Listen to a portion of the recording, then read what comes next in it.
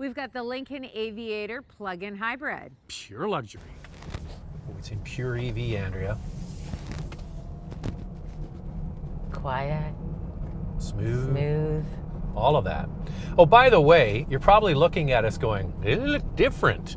The screen sits up on the dash. We always complain about the screen tablet stuck on the dash. Yes. Well, you're seeing that for yourself. Yes.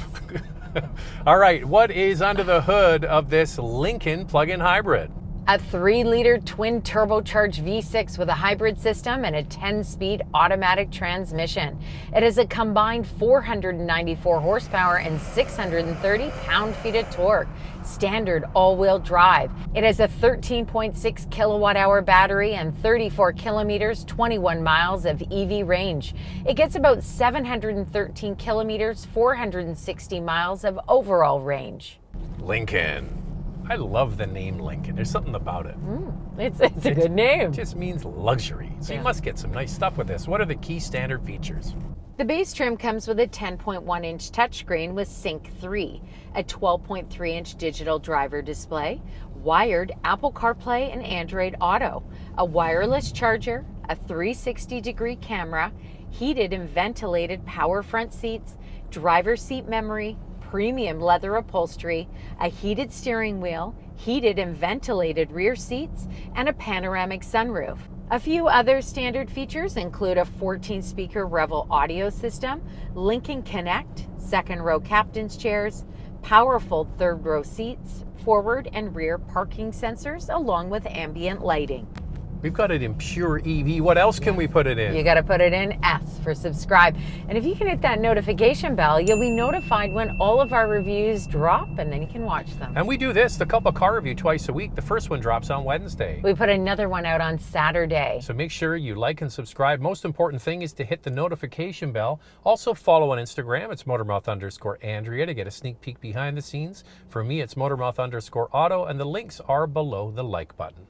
So I went to the launch of the gasoline version of this, and they were telling us the whole idea behind Lincoln is effortless power. Like basically, you don't have to think about it. The vehicle just has everything you want when you want it in a pure luxury package. Are you getting that vibe over there, Andrea? Well, the 630 pound-feet of torque is amazing. When you put it in Excite mode. Oh, Andrea likes Excite mode. Yeah, I like Excite mode. And you really feel it in Excite. When we get on the highway, we'll put it in Excite for you. That's giving you everything. That's giving you all the power. Think about this, right? A 3-liter twin turbo 6-cylinder engine. That's already a potent drivetrain. Then you add in the electrification, over 600 pound-feet of torque. Don't think you have that all the time. That's the combined number. So we've got it in pure EV mode right now, and it hasn't even gone to the gas engine yet. We're going at a steady pace, about 60 kilometers an hour, and it's actually quite nice. So you know that you're having that clean drive. Just make sure that you charge it every single night, and maybe throughout the day a little bit as well, so that you can and when you're at the shopping center or when you're going to your parents or whatever, you gotta plug it in all the time. It's only got 34 kilometers, 21 miles of range. So in Lincoln's defense, most of the plug-in hybrids that are offered in this luxury category have similar EV range. Yeah, they all stink equally at the range department. Yeah. As we mentioned, we're in pure EV mode. Put your foot all the way to the floor. It's all the way. So the gas engine woke up.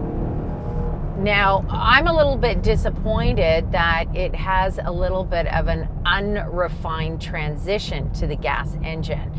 It stumbles between the transition, right? Yes, it does. And I think that it could be quieter. And considering it's a Lincoln where we expect this sort of luxury, I think that they could do a better job of the transition. Do you know what it reminds me of? Driving this reminds me of the Cayenne plug-in hybrid. Right. Same kind of thing.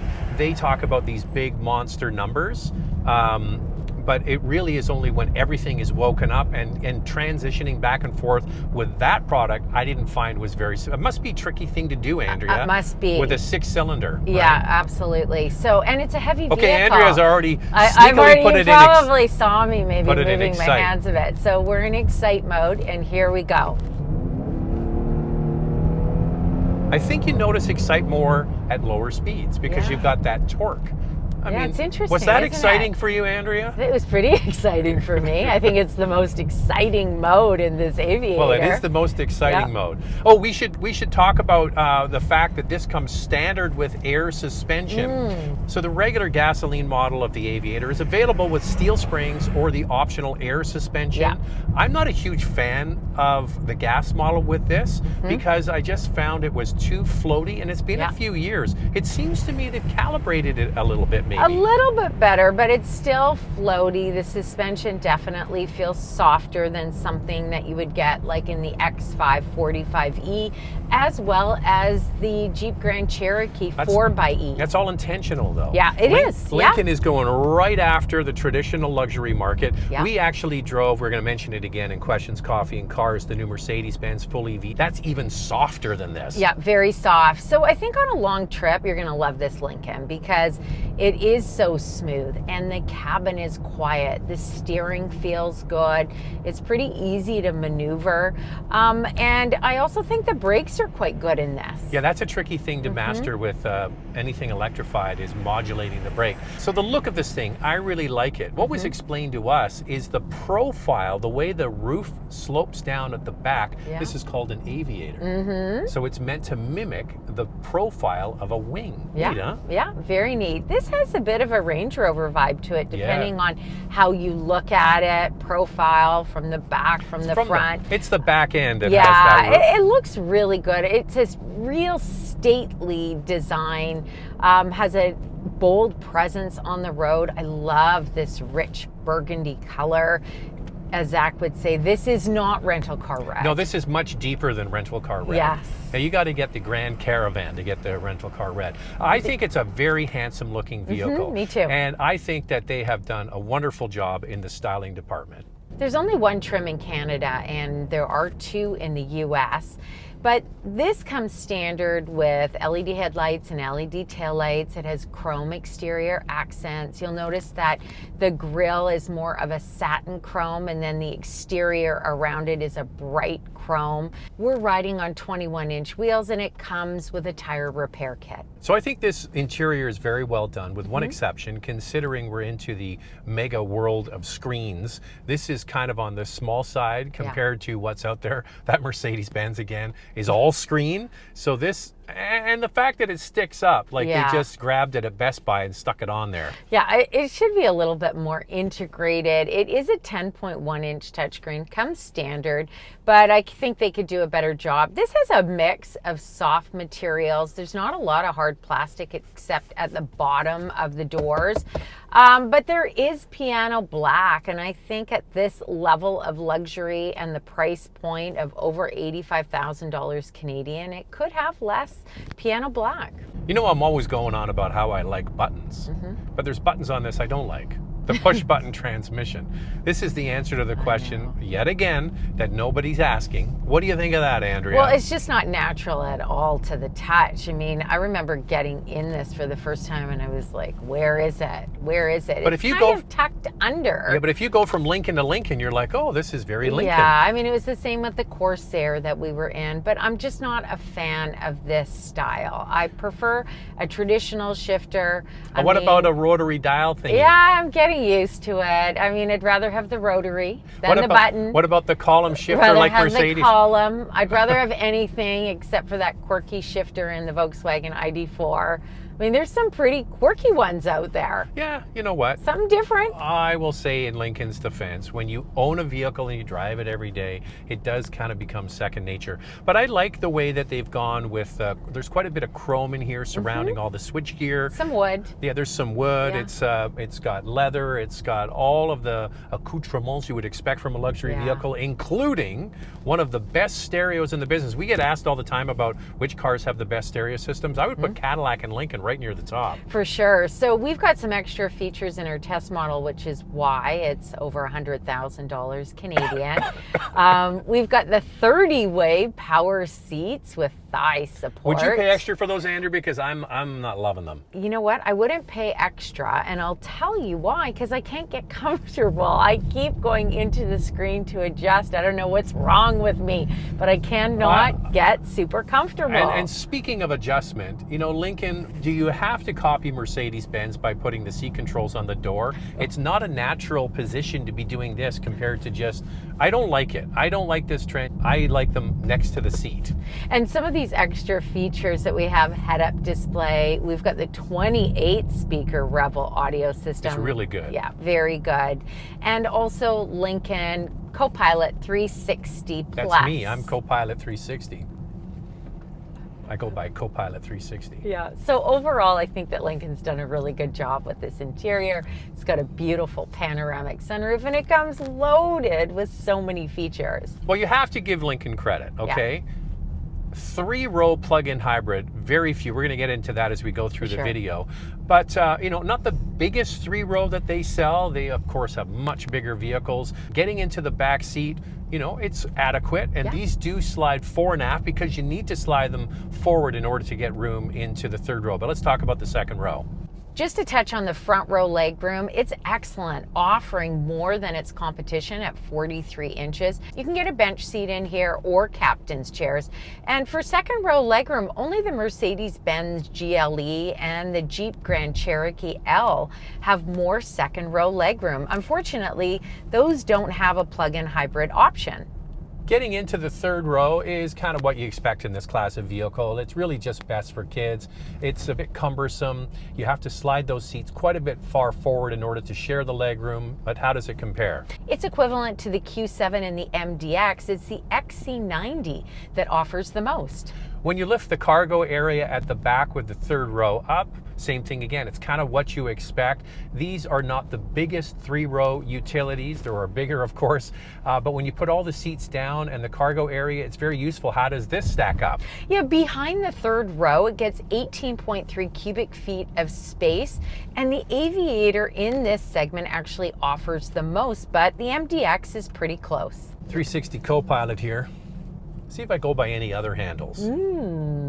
Time now for questions, coffee, and cars. Your questions from Instagram. I really don't think Lincoln gets as much recognition as it should. The Aviator is a really great vehicle. How does this plug in compared to the X5 45E, Grand Cherokee 4xE, etc.?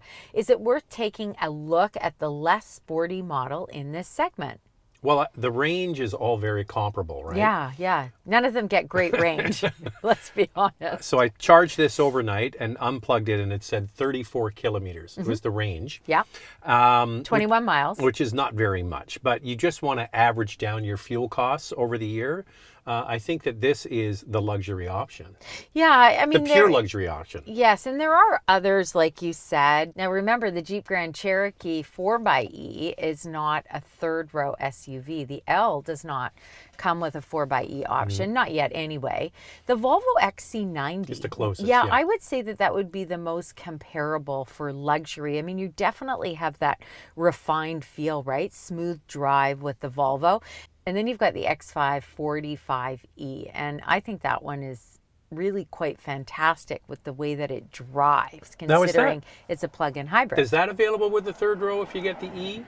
That's a good question. I'm not sure about that. We looked but listen, put it this up. way. You don't want to be in the 3rd row of an X5 or a GLE. That's like a torture chamber. I wouldn't even put my mother-in-law back there. And there's some... Back to the mother-in-law. Hopefully she won't watch this one. No, I'm telling. I'm giving Monica. Oh, you're saying you won't put her back there. I wouldn't put Monica back there. That's good. That's a good thing. Because we just got pie and baked goods from Monica. And there's soup to come, like turkey soup and turkey pot pie. So he won't get it delivered if he doesn't behave. If I beak off in the video. Yeah. And then, of course, there's non-luxury brands. The new Mitsubishi Outlander is a 3rd row, but I can't even get in there. Yeah, the Kia Sorento is the budget-friendly version if you can get one. This looks great. I'm a reservation holder of the VinFast VF9, which costs about $75,000 and is a full EV. I was looking at comparisons, and I think this would be comparable. There aren't many full EV or PHEV 7-seat luxury SUVs to choose from. Yeah, we just said that, right? is true. Yeah, we just did one that is available, the EQS from Mercedes-Benz. So click the card up here. Yeah. That's a spendy unit, but it's also well done. Man, they did a really good job with it. And then another one that will cost less if that's not an affordable option, which I don't think it is for many, is the EQB, which is a small 3-row as well. Yeah, and then there's going to be an EQE SUV coming as well, but no 3rd row available in that one. The EQB, which is the, what's it called regular? The GLB, Yes. is one of my favorite little cars. I mean, it's just such a great little fun car to drive. The packaging is great.